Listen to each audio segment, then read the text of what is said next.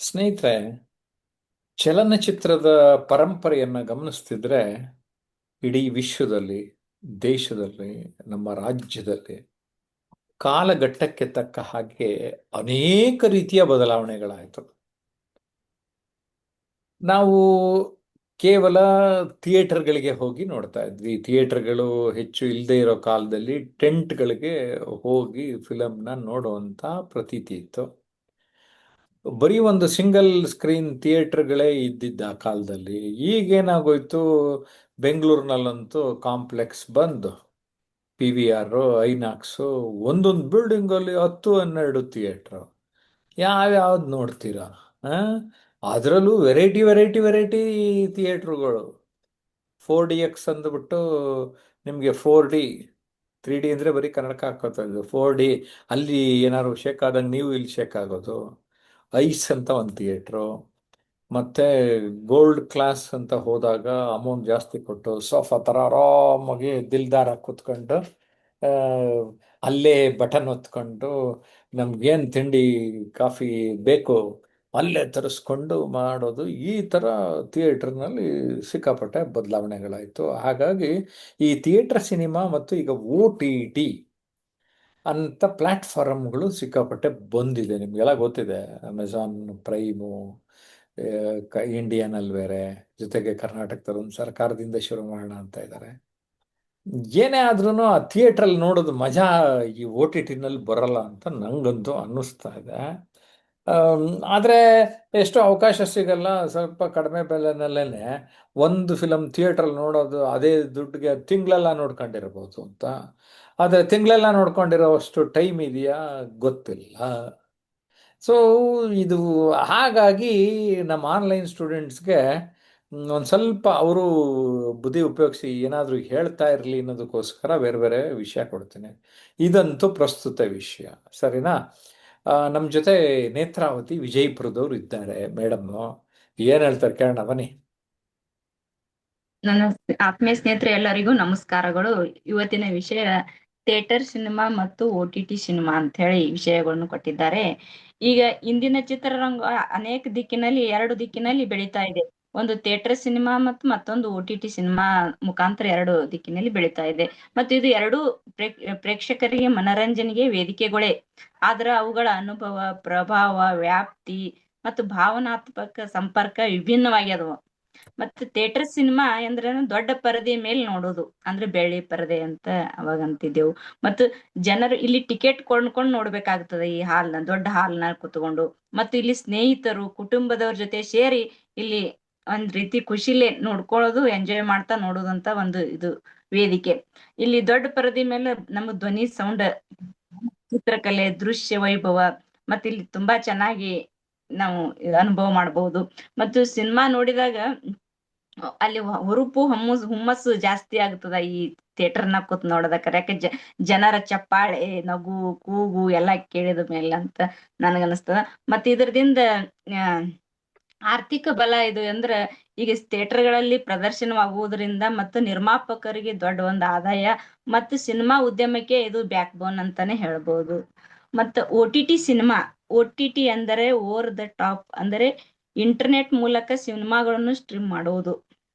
ಈಗ ಉದಾಹರಣೆಗೆ Netflix, Jio cinema ಇತ್ಯಾದಿ. ಯಾಕಂದ್ರೆ ಇವರು ಮೊಬೈಲ್, TV, ಲ್ಯಾಪ್ಟಾಪ್ ಬೇಕಾದ ಕಡೆ ಹೋಗಿ ನೋಡ್ಬಹುದು ಇದು ಎಲ್ಲೆಡೆ. ಮತ್ತ ಇದ್ರ ವೈಶಿಷ್ಟ್ಯತೆ ಏನಂದ್ರೆ ಸ್ವಂತ ಸಮಯದಲ್ಲಿ ವೀಕ್ಷಣೆ ಮಾಡಬಹುದು ಇದು. ಮತ್ತೆ ವಿಶ್ವ ಮಟ್ಟದ ಪ್ರವೇಶ ಇಲ್ಲಿ ಆಗ್ತದೆ. ಮತ್ತು ಕಡಿಮೆ ವೆಚ್ಚದಲ್ಲಿ ಸಣ್ಣ ಚಿತ್ರಗಳಿಗೆ ಅವಕಾಶ ಇಲ್ಲಿ ಸಿಗ್ತದ ಅಂತ ಹೇಳ್ತೀನಿ. ಧನ್ಯವಾದ. ಓಕೆ, ನೇತ್ರಾವತಿಯವರು ತಮ್ಮ ಅನಿಸಿಕೆ ಹೇಳಿದ್ರು. ಇನ್ನು ನಮ್ಮ ಟೀಚರ್ ಮಾಲತಿ ಮೇಡಮ್ ಏನು ಹೇಳ್ತಾರೆ ಅಂತ ಕೇಳೋಣ. ಇದೊಂಥರ ತುಂಬ ಕ್ವೈಟ್ ಇಂಟ್ರೆಸ್ಟಿಂಗ್ ಟಾಪಿಕ್ ಇದು, ಅಲ್ಲ? ನಾನಂತೂ ಎರಡೂ ಗಮನಿಸ್ತಾ ಇರ್ತೀನಿ, ಅವಾಗವಾಗ ನೋಡ್ತಾನೆ. ಬಟ್ ನಾನು ಬಿಡುವಿದ್ದಾಗ ಮಾತ್ರ ರಿಮೋಟ್ ನನ್ನ ಕಂಟ್ರೋಲ್ ಮಾಡಲ್ಲ, ನಾನು ರಿಮೋಟನ್ನು ಕಂಟ್ರೋಲ್ ಮಾಡ್ಕೊಂಡು ನೋಡ್ತೀನಿ. ಆದರೆ ಸುಮಾರು ಜನ ಏನಾಗುತ್ತೆ ಅಂದರೆ ಪ್ರಯಾರಿಟಿ ಅವ್ರ ಕೆಲಸ ಬಿಟ್ಬಿಟ್ಟು ಇದು ನೋಡ್ಕೊಂಡು ಕೂತ್ಕೊಂಡ್ಬಿಟ್ಟು ಸಮಯನ ಪೋಲು ಮಾಡಬಾರ್ದು, ಸ್ವಲ್ಪ ಎಚ್ಚರಿಕೆಯಿಂದ ಇರಬೇಕು ಅಂತ ಅನ್ನಿಸ್ತಾ ಇದೆ. ನೋಡೋಣ ಮಾಲತಿ ಟೀಚರ್ ಏನು ಹೇಳ್ತಾರೆ. ನಮಸ್ತೆ ಸರ್. ನಮಸ್ತೆ. ಈ ದಿನದ ವಿಷಯ OTT ಚಿತ್ರ ಮತ್ತೆ ಥಿಯೇಟರ್ ಅಲ್ಲಿ ಹೋಗಿ ನೋಡುವಂತದ್ದು ಚಲನಚಿತ್ರಗಳನ್ನ. ಎರಡೂ ಪ್ರದೇಶಗಳಲ್ಲೂ ನಾವು ಮನರಂಜನೆಯನ್ನ ಪಡ್ಕೊಳ್ಳುವಂತ ಒಂದೇ ಆಗಿರುತ್ತೆ. ಥಿಯೇಟರ್ ಅಲ್ಲಾದ್ರೆ ಹೆಚ್ಚಿನ ಖುಷಿಯನ್ನ, ತುಂಬಾ ಒಂದು ನಾಯಕನ ಒಂದು ಜೋಶನ್ನ ನೋಡಿದಾಗ ಸಿಳ್ಳೆ ಹೊಡೆಯುವಂತದ್ದು, ಮತ್ತೆ ಚಪ್ಪಾಳೆ ತಟ್ಟುವಂತದ್ದು, ಈ ರೀತಿ ತುಂಬಾ ಜೋಶಲ್ಲಿ ನಾವು ಸಿನಿಮಾವನ್ನ ತುಂಬಾ ರಂಜನೆಯನ್ನ ಮಾಡ್ತೇವೆ ಥಿಯೇಟರ್ ಅಲ್ಲಿ ಹೋಗಿ. ಜೊತೆಗೆ ಥಿಯೇಟರ್ ಅಲ್ಲಿ ನೋಡುವಾಗ ಆ ಒಂದು ಫಿಲಮಿನ ಪ್ರಭಾವ ಹೆಚ್ಚಾಗಿ ನಾವು ಅನುಭವಿಸಿ ನೋಡೋದಕ್ಕೆ ಸಾಧ್ಯ ಆಗುತ್ತೆ. ಫ್ರೆಂಡ್ಸ್ ಜೊತೆ ಮತ್ತೆ ಬಂಧುಗಳ ಜೊತೆ ಮನೆಯವ್ರ ಜೊತೆ ನಾವೆಲ್ಲ ಹೋಗಿ ನೋಡ್ಬೋದು. ಜೊತೆಗೆ ಬೆಳಕು ಸ್ವಲ್ಪ ಕಡಿಮೆ ಇರುವಂತದ್ದು, ಮತ್ತೆ ನಾವು ಎಲ್ಲಾನು ಫುಲ್ಲು ಸಿನಿಮಾ ನೋಡೋದ್ರಲ್ಲಿ ಲೀನ ಆಗಿ ನೋಡ್ತೀವಿ. ಆ ಮತ್ತೆ OTT ಇದ್ರಲ್ಲಿ ಅಂದ್ರೆ ನಾವು ಮೊಬೈಲ್ ಅಲ್ಲಿ ನೋಡ್ಕೊಳ್ಳೋದು ಮತ್ತೆ ಟಿವಿಗಳಲ್ಲಿ ನೋಡೋದು ಮಾಡ್ತೀವಿ. ಅಲ್ಲೇನ್ ಮಾಡ್ತೀವಿ ಅಂದ್ರೆ ಅದು ಒಂದು ರೀತಿಯಲ್ಲಿ ಅನುಕೂಲಕಾರಿನೇ ಆಗಿದೆ ನಮಗೆ ಬಿಡುವಿನ ಟೈಮಲ್ಲಿ. ಯಾಕೆಂದ್ರೆ ಈಗ ಮನೆಯಲ್ಲಿ ಹೆಣ್ಮಕ್ಳು ಕೆಲ್ಸಕ್ಕೆ ಹೋಗ್ತಾರೆ, ಗಂಡಸರುನು ಕೆಲ್ಸಕ್ಕೆ ಹೋಗ್ತಾರೆ. ಅವ್ರಿಗೆ ಸಮಯ ಅಂದ್ರೆ ಬಿಡುವಿನ ಸಮಯ ಸಿಗುವಂತದ್ದು ಬಹಳ ಕಡಿಮೆ ಇದೆ. ಹೆಚ್ಚಿನ ಒಂದು ಸಮಯವನ್ನ, ಆದಾಯವನ್ನ ಗಳಿಸ್ಕೊಳ್ಳೋದ್ರಲ್ಲಿ, ಜೊತೆಗೆ ತನ್ನ ಕಲೆಯನ್ನ ಬೆಳೆಸ್ಕೊಳ್ಳೋದ್ರಲ್ಲಿ ಮನುಷ್ಯ ಏನ್ ಮಾಡ್ತಾನೆ, ಸಮಯವನ್ನ ವ್ಯಯ ಮಾಡ್ತಾನೆ. ರಂಜನೆಗಾಗಿ ಕೊಡುವಂತ ಸಮಯ ಅವನಿಗೆ ಕಡಿಮೆ ಸಿಗ್ತಾ ಇರುತ್ತೆ. ಅಂತ ಸಮಯದಲ್ಲಿ ಅವನ ಬಿಡುವಿನ ಟೈಮಲ್ಲಿ ಮನೆಯಲ್ಲೇ ಕೂತ್ಕೊಂತ ಅವನು ಫಿಲಂ ಅನ್ನ ನೋಡುವಂತದ್ದು. ಒಟ್ಟಾರೆಯಾಗಿ ಥಿಯೇಟರ್ ಅಲ್ಲಿ ಹೋಗಿ ನೋಡಿದ್ರು, ಮನೆಯಲ್ಲಿ ಹೋಗಿ ನಾವು ಚಲನಚಿತ್ರವನ್ನ ವೀಕ್ಷಿಸಿದ್ರು ಅಲ್ಲಿ ಕಲೆಯನ್ನ ನಾವು ಗೌರವಿಸುವಂತದ್ದು, ಅಲ್ಲಿ ಆಗ್ತಾ ಇರುವಂತ ಒಂದು ಸಿನಿಮಾಗಳಿಂದ ನಾವು ರಂಜನೆಯನ್ನ ಪಡ್ಕೊಳ್ಳುವಂತದ್ದು, ಕಲಾವಿದರನ್ನ ಪ್ರೋತ್ಸಾಹಿಸುವಂತದ್ದು ಆಗಿರುತ್ತೆ. ಈ ಎರಡೂ ಮಾಧ್ಯಮಗಳು ರಂಜನೆಯನ್ನ ಜನರಿಗೆ ಕೊಡ್ತಾ ಇದೆ, ತನ್ನದೇ ಆದ ಪಾತ್ರದಲ್ಲಿ ಕೊಡ್ತಾ ಇದೆ. ಥಿಯೇಟರ್ ಅಲ್ಲೇ ಹೋಗಿ ನೋಡಿ ಇಷ್ಟಪಡುವಂತ ಎಷ್ಟೋ ಪ್ರೇಕ್ಷಕರಿದ್ದಾರೆ.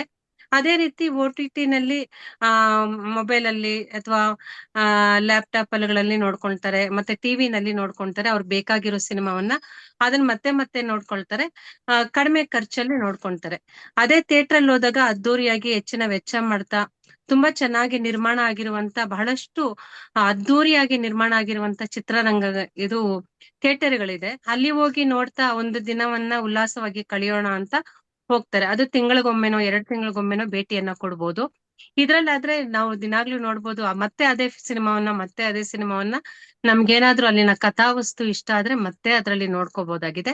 ಒಟ್ನಲ್ಲಿ ಹೇಳ್ಬೇಕಂದ್ರೆ ಎರಡೂ ಸ್ಥಳಗಳಲ್ಲಿ ವೀಕ್ಷಣೆ ಮಾಡಿದ್ರು ನಮ್ಮ ಮನಸ್ಸಿಗೆ ರಂಜನೆಯನ್ನ ಕೊಟ್ಕೊಳ್ಳೋದಕ್ಕೆ, ಆ ಸಮಯವನ್ನ ಉಲ್ಲಾಸವಾಗಿ ಕಳೆಯೋದಕ್ಕೆ, ಅಥವಾ ನಮ್ಮ ಬದುಕಿನ ಒತ್ತಡವನ್ನ ಕಳೆದು ಇನ್ನೊಂದು ಸ್ವಲ್ಪ ನಾವು ಉಲ್ಲಾಸವನ್ನ ತುಂಬಿಕೊಳ್ಳಕ್ಕೆ ಆಗಿರುತ್ತೆ sir. Thank you sir. Okay, yes. Next ಮತ್ತೊಬ್ಬ teacher Shailaja madam. Yes madam. ನಮಸ್ತೆ ಸರ್, ಎಲ್ರಿಗೂ ನಮಸ್ಕಾರ. ಸರ್, ಇಂದಿನ ಒಂದು ತಾಂತ್ರಿಕ ಯುಗದಲ್ಲಿ ಹೆಚ್ಚು ಚರ್ಚೆಗೊಳಗಾಗ್ತಕ್ಕಂತ ವಿಷಯ ಅಂದ್ರೆ ಇದೇನೆ ಸರ್, ಥಿಯೇಟರ್ ಸಿನಿಮಾ ಮತ್ತು OTT ಸಿನಿಮಾ ಅಂತಕ್ಕಂಥದ್ದು. ಥಿಯೇಟರ್ ಸಿನಿಮಾ ಇದೊಂದು ಹಿಂದಿನ ಕಾಲದಲ್ಲಿ ಬಹಳಷ್ಟು ಜನಪ್ರಿಯವಾದಂತಹ ಒಂದು ವೀಕ್ಷಣೆ ಒಂದು ವಿಧಾನ ಆಗಿತ್ತು ಸರ್, ಸಿನಿಮಾ ನೋಡ್ತಕ್ಕಂಥದ್ದು. ಚಿತ್ರರಂಗದ ಹುಟ್ಟಿನೊಂದಿಗೆ ಇದು ಅತ್ಯಂತ ಜನಪ್ರಿಯ ಆಯಿತು. ಹಿಂದೆ ಕನ್ನಡ ಸಿನಿಮಾದಲ್ಲಿ ಅದರಲ್ಲೂ ರಾಜ್‌ಕುಮಾರ್ ಅವ್ರ ಸಿನಿಮಾಗಳಾಗಿರ್ಬೋದು, ವಿಷ್ಣುವರ್ಧನ್, ಅಂಬರೀಷ್, ಶಂಕರ್ ನಾಗ್ ಇಂಥವ್ರ ದೊಡ್ಡ ನಟರುಗಳ ಸಿನಿಮಾಗಳನ್ನ ಒಂದು ಹಬ್ಬದ ತರ ಬಂದು ಎಲ್ಲರೂ ಫ್ಯಾಮಿಲಿ ಎಲ್ಲ ಸೇರ್ಕೊಂಡು ಬಂದು ಸಿನಿಮಾಗಳನ್ನ ನೋಡ್ತಕ್ಕಂತಹ ಒಂದು ಸಂಪ್ರದಾಯ ಒಂದು ಬಹಳಷ್ಟು ರೂಢಿಯಲ್ಲಿತ್ತು ಆಗ. ಅದಂದ್ರೆ ಒಂದು ತುಂಬಾ ಸಂತೋಷ ಕೊಡ್ತಕ್ಕಂತಹ ವಿಷಯ ಆಗಿತ್ತು. ಅಲ್ದೇನೆ ಥಿಯೇಟರ್‌ಗಳ ಮುಂದೆ ಸಾಲು ಸಾಲು ಸಾಲು ಕ್ಯೂಗಳ ನಿಂತಿರ್ತಾ ಇದ್ರು. ಇದನ್ನ ನೋಡಕ್ಕೆ ಒಂಥರ ಖುಷಿ ಅನಿಸ್ತಾ ಇತ್ತು. ಒಂದು ಸಂಭ್ರಮದ ವಾತಾವರಣ, ಉತ್ಸವ ಅನ್ನಂಗ ಕಾಣಿಸ್ತಾ ಇತ್ತು. ಅಲ್ಲದೆ ಈ ಥಿಯೇಟರ್‌ನಲ್ಲಿ ಅದೊಂದು ಭಾವನೆಗಳ ಸಂಗ್ರಹಾಲಯ ಅಂತ ಕರೀತಾರೆ. ಈಗ ಯಾವ್ದಾದ್ರು ಅಲ್ಲಿ ಒಂದು ಹೀರೋ ಎಂಟ್ರಿ ಐತಂದ್ರ ಅಲ್ಲಿ ಥಿಯೇಟರ್ ತುಂಬೆಲ್ಲ ಆ ಚಪ್ಪಾಳೆ, ಶಿಳ್ಳು ಇವುಗಳ ಮಾರ್ಧ್ವನಿಸ್ತಾ ಇರ್ತಾವ. ಇಂಥ ಒಂದು ಜೀವಂತ ಭಾವನೆಗಳು, ಜೀವಂತಿಕೆಯ ಜಾಗ ಅದು. ಅಲ್ಲಿ ಅಲ್ಲಿ ಸಿನಿಮಾದೊಂದಿಗೆ ಪ್ರೇಕ್ಷಕರು ಕಣ್ಣೀರು, ಖುಷಿ, ನಗು, ಸಂತೋಷ ಎಲ್ಲ ವ್ಯಕ್ತವಾಗುವಂತಹ ಒಂದು ಸ್ಥಳ ಆಗಿರುತ್ತೆ ಸರ್. ಅದೇ ಇಂದು ತಂತ್ರಜ್ಞಾನ ಅಭಿವೃದ್ಧಿ ಹೊಂದಿದಂತೆಲ್ಲ ಮೊಬೈಲ್‌ನಲ್ಲಿ ಒಂದು ಅಥವಾ ಟಿವಿ ಪರದೆಯಲ್ಲೇ ಈ ಒಂದು ಸಿನಿಮಾಗಳನ್ನ ವೀಕ್ಷಣೆ ಮಾಡುವಂತಹ ಒಂದು ಅನುಕೂಲ ಇತ್ತೀಚೆಗೆ ಬರ್ತಾ ಇದೆ. ಇವತ್ತು ಒತ್ತಡದ ಜೀವನದಲ್ಲಿ, ಧಾವಂತದ ಜೀವನದಲ್ಲಿ ಮನುಷ್ಯ ಬಿಡುವಿನ ಸಮಯ ಬಹಳ ಕಡಿಮೆ ಆಗ್ತಾ ಬಂದಿದ್ರಿಂದ ಇಂಥ OTT ಸಿನಿಮಾಗಳು ಹೆಚ್ಚು ಜನಪ್ರಿಯ ಆಗ್ತಾ ಇವೆ. ಎರಡೂ ಯಾವುದೇ ಮಾಧ್ಯಮದಿಂದ ಸಿನಿಮಾವನ್ನ ನೋಡಿದ್ರು ಕೂಡ ನೋಡುವ ಸಿನಿಮಾ ಒಂದೇ ಆಗಿರುತ್ತೆ. ಅದು ಮನುಷ್ಯನಲ್ಲಿ ಯಾವ ರೀತಿ ಒಳ್ಳೆ ಭಾವನೆಗಳನ್ನ, ಒಳ್ಳೆ ವಿಚಾರಗಳನ್ನ ಅವ್ರವ್ರು ಆಯ್ಕೆ ಮಾಡಿಕೊಳ್ಳುವಂತ ಸಿನಿಮಾದಿಂದ ಸಿಗುತ್ತೆ. ಇಲ್ಲಿ ನಮ್ಗೆ ಏನಂದ್ರೆ ನಮ್ಮ ಅನುಕೂಲಕ್ಕೆ ತಕ್ಕಂಗೆ ಈಗ ನಮ್ಗೆ ಜಾಸ್ತಿ ಒಂದು ಸಮಯ ಇದ್ದಾಗ ಥಿಯೇಟರ್ ಸಿನಿಮಾನೇ ಒಂದು ಒಳ್ಳೆ ಖುಷಿ ಸಂತೋಷದ ಅನುಭವವನ್ನು ನೀಡ್ತಕ್ಕಂತ ಒಂದು ವಿಚಾರ. ಆ ಬೆಳ್ಳಿ ಪರದೆಯ ಮುಂದೆ ಅಷ್ಟು ದೊಡ್ಡ ಸ್ಕ್ರೀನ್ ಮುಂದೆ ನೂರಾರು ಸಾವಿರಾರು ಜನರ ಮಧ್ಯೆ ಕುಳಿತು ನೋಡ್ತಕ್ಕಂಥದ್ದು ಒಂದು ವಿಶಿಷ್ಟ ಅನುಭವ. ಅಂಥದನ್ನ ಬಹಳಷ್ಟು ಜನರು ಮೊದಲ ಆದ್ಯತೆಯಾಗಿ ಅದನ್ನ ಕೊಡ್ತಾರೆ. ಆದ್ರೆ ಇವತ್ತು ಅನುಕೂಲ ದೃಷ್ಟಿಯಿಂದ ನೋಡಿದಾಗ ಈ OTT ಸಿನಿಮಾಗಳು ಬಹಳಷ್ಟು ಜನಪ್ರಿಯ ಆಗ್ತವೆ. ಒಟ್ಟಾರೆ ಈ OTT ಸಿನಿಮಾ ಅಂದ್ರೆ ಅಲ್ಲಿ ಒಂದ್ ಸ್ವಲ್ಪ ಸಮಯದ ಉಳಿತಾಯ ಆಗತ್ತೆ, ಒಂದು ಹಣದ ಉಳಿತಾಯ ಆಗತ್ತೆ. ಹಾಗೇನೆ ನಮ್ಗೆ ಅನುಕೂಲ ಯಾವಾಗ ಅನುಕೂಲ ಇರುತ್ತೆ ಆ ಒಂದು ಸಮಯದಲ್ಲಿ ಅವುಗಳನ್ನ ವೀಕ್ಷಣೆ ಮಾಡ್ಬೋದಾಗಿದ್ರಿಂದ ಇದು ಹೆಚ್ಚು ಮನಸ್ಸಿಗೆ ಹತ್ರ ಆಗ್ತಾ ಇದೆ ಜನರಿಗೆ. ಥಿಯೇಟರ್ಗಳು ಬಹಳ ಇಷ್ಟ ಆಗ್ತವೆ, ಆದ್ರೆ ಬಹಳ ಮನಸ್ಸಿಗೆ ಹತ್ರ ಆಗ್ತಾ ಇರ್ತಕ್ಕಂಥದ್ದು OTT ಸಿನಿಮಾ ಆಗಿದೆ. ಯಾವುದೇ ಆದ್ರೂ ಕಲೆಯನ್ನ ಒಂದು ಪ್ರೋತ್ಸಾಹಿಸುವಂತ ಮಾಧ್ಯಮಗಳು. ಇವತ್ತು OTT ಇರೋದ್ರಿಂದ ಎಷ್ಟೋ ಜನರಿಗೆ ಹೊಸ ಪ್ರತಿಭೆಗಳಿಗೆ ಉದ್ಯೋಗ ಅಂತಕ್ಕಂಥದ್ದು ಸಿಕ್ಕಿದೆ, ಹೊಸ ನಟರುಗಳಿಗೆ ಅವಕಾಶ ಸಿಕ್ಕಿದೆ, ಹೊಸ ಹೊಸ ಕಂಟೆಂಟ್ಗಳ ಒಂದು ಸಿನಿಮಾಗಳು ಹೆಚ್ಚು ಹೆಚ್ಚು ಬರೋದಕ್ಕೆ ಕಾರಣ ಆಗ್ತಾ ಇದೆ. ಒಟ್ಟಾರೆ ಮಾಧ್ಯಮ ಯಾವುದಾದ್ರೇನು ಆಯ್ಕೆ ಉತ್ತಮವಾಗಿರ್ಲಿ, ಬದುಕನ್ನ ಸುಂದರವಾಗಿಸುವಂತ ಸಿನಿಮಾಗಳು ಹೆಚ್ಚು ಹೆಚ್ಚು ಬರ್ಲಿ, ಮೌಲ್ಯ ಆಧಾರಿತ ಒಂದು ಉತ್ತಮ ಕಥೆಯ ಆಧಾರಿತ ಚಿತ್ರಗಳು ಖಂಡಿತ ಪ್ರೇಕ್ಷಕರಿಗೆ ಹತ್ರ ಆಗ್ತವೆ, ಚಿರಕಾಲ ನೆನಪುಳುತ್ತೆ. ಈಗ ರಾಜ್ಕುಮಾರ್ ಅವ್ರ ಸಿನಿಮಾಗಳನ್ನ ನೋಡಿದಾಗ ಒಂದು ಹಾಡುಗಳು ಈಗ್ಲೂ ಯಾವಾಗ್ಲೂ ಗುನ್ಗುಡ್ತಾ ಇರ್ತೀವಿ, ನಗು ನಗುತ್ತಾ ನಲಿ ನಲಿ ಏನೇ ಆಗಲಿ. ಇವೆಲ್ಲ ಸಿನಿಮಾದಲ್ಲಿ ಅವ್ರು ಕೇಳಿದಾಗ ನಿಜವಾಗ್ಲು ಆ ಪ್ರೇಕ್ಷಕರಿಗೆ ಒಂದು ಬದುಕಿನಾದ್ಯಂತ ಒಂದು ಸಂದೇಶವನ್ನು ಎಸ್, ಹೌದು. ತಾವು ಹೇಳಿದಾಗೆ ಖಂಡಿತ ಮನರಂಜನಾ ಮಾಧ್ಯಮದಲ್ಲಿ ಈ ಸಿನಿಮಾ ಮಾಧ್ಯಮ ಒಂದು ಅನ್ನುವಂಥದ್ದು, ಶಿಕ್ಷಣವನ್ನು ಕೂಡ ಹೌದು, ಮನರಂಜನಾ ಮಾಧ್ಯಮದಲ್ಲಿ ಚಲನಚಿತ್ರ ಮಾಧ್ಯಮ ತುಂಬಾ ಪ್ರಭಾವಶಾಲಿಯಾಗಿದ್ದು, ಶೈಲಜಾ ಟೀಚರ್ ಅದನ್ನು ತುಂಬಾ ಚೆನ್ನಾಗಿ ಹೇಳಿದ್ದಾರೆ. ಈಗ ವಂಗೆಮ್ಮ ಅವರು ಏನ್ ಹೇಳ್ತಾರೆ ಇದ್ರ ಬಗ್ಗೆ ನೋಡೋಣ. ಎಸ್ ವಂಗೆಮ್ಮ. ನಮಸ್ಕಾರ ಸರ್. ಥಿಯೇಟರ್ ಸಿನಿಮಾ ಮತ್ತು OTT ಸಿನಿಮಾ ಅಂತಂದ್ರೆ ಸರ, ಮೊದ್ಲ ಎಲ್ಲ ನಾವು ಬೆಳ್ಳಿ ಪರದೆ ಮ್ಯಾಗ ಸಿನಿಮಾ ನೋಡ್ತಿದ್ವಿ. ಸಿನಿಮಾ ನೋಡುದ ಒಂದು ಖುಷಿ ಆಗ್ತಿತ್ತ ಆವಾಗ. ನಾವು ಮಕ್ಕಳನ್ನ ಕರ್ಕೊಂಡು ಥಿಯೇಟರ್ಗೆ ಹೋಗಿ ಸಿನಿಮಾ ನೋಡಿ, ಪ್ರತಿ ವಾರಾನು ಗಂಡ್ ಮಕ್ಳು ದುಡಿದು ಸಂಡೇಗೊಮ್ಮೆ ಮಕ್ಕಳನ್ನ ಕರ್ಕೊಂಡು ಥಿಯೇಟರ್ಗೆ ಹೋಗಿ ಸಿನಿಮಾ ನೋಡಿ ಅದೊಂದು 3 ತಾಸು ಎಂಜಾಯ್ ಮಾಡ್ತಿದ್ರು ಸರ್. ಈಗ ಆ ಕಾಲ ಅಂತೂ ಹೋಗ್ಬಿಟ್ಟಿದೆ ಸರ್. ಯಾಕಂದ್ರೆ ಈಗ ಯೂಟ್ಯೂಬ್, ಗೂಗಲ್, ಈಗ OTT ಸಿನಿಮಾ ಅಂತ ಹೇಳಿ ಈಗ ಇಂಟರ್ನೆಟ್ ಒಳಗೆ ಹಲವಾರು ರೀತಿ ಸಿನಿಮಾ ಬಂದಿದೆ. ಈಗ ಥಿಯೇಟರ್ಗೆ ಮಕ್ಕಳನ್ನಾಗ್ಲಿ ಮನ್ಯಾಗಿನವ್ರನ್ನಾಗ್ಲಿ ಕರ್ಕೊಂಡ್ ಹೋಗುದು ಗಂಡ್ ಮಕ್ಳು ಮರ್ತಿದಾರ ಅಂತ ಹೇಳಕ್ ಇಷ್ಟಪಡ್ತೀನಿ ಸರ್. ಮೊದ್ಲು ಪ್ರೀತಿಲಿಂದ ಹೆಣ್ಮಕ್ಳೇ ಹೋಗ್ಬಿಡ್ತಾರೆ ಕರ್ಕೊಂಡು ಹೋಗ್ಲಿಲ್ಲ ಅಂದ್ರೆ ಈಗ. ಇಲ್ಲ ಸರ್, ಇಲ್ಲ ಸರ್, ಈಗ ಜನ ಥಿಯೇಟರ್ಗೆ ಹೋಗೋದು ಕಮ್ಮಿ ಮಾಡಿದಾರ ಸರ್. ಯಾಕಂದ್ರೆ ಮನಿಯೊಳಗ ಎಲ್ಲಾ ನೋಡ್ತಾ ಇದಾರಲ್ಲ, ಹಾಗಾಗಿ ನಾನ್ ಪ್ರತಿಯೊಬ್ಬರಿಗೂ ಹೇಳೋದು ಒಂದೇ ಸರ್, ಥಿಯೇಟರ್ಗೆ ಹೋಗಿ ಸಿನಿಮಾ ನೋಡಿದ್ರೆ ಅದಕ್ಕೊಂದು ವ್ಯಾಲ್ಯೂ ಇರುತ್ತೆ. ಮನ್ಯಾಗ ಕುಂತು ಪಿಕ್ಚರ್ ನೋಡಿದ್ರೆ ಅಲ್ಲಿ ನಮ್ಮ ಮಕ್ಕಳು ಕೂಡ ಹಾಳಾಗ್ತಾರೆ, ನಮ್ ಕಣ್ಣುಗಳು ಕೂಡ ಹಾಳಾಗುತ್ತೆ ಅಂತ ಹೇಳಕ್ ಇಷ್ಟಪಡ್ತೀನಿ ಸರ್. ಓಕೆ, ಒಟ್ಟಾರೆ ಎಲ್ಲರ ಅಭಿಪ್ರಾಯಗಳನ್ನ ಕೇಳಿದ್ರಲ್ಲ. ಇವತ್ತೆಲ್ಲ ನಮ್ಮ ಜೊತೆ ಮಹಿಳಾ ಮಣಿಗಳೇ ಇದ್ರು.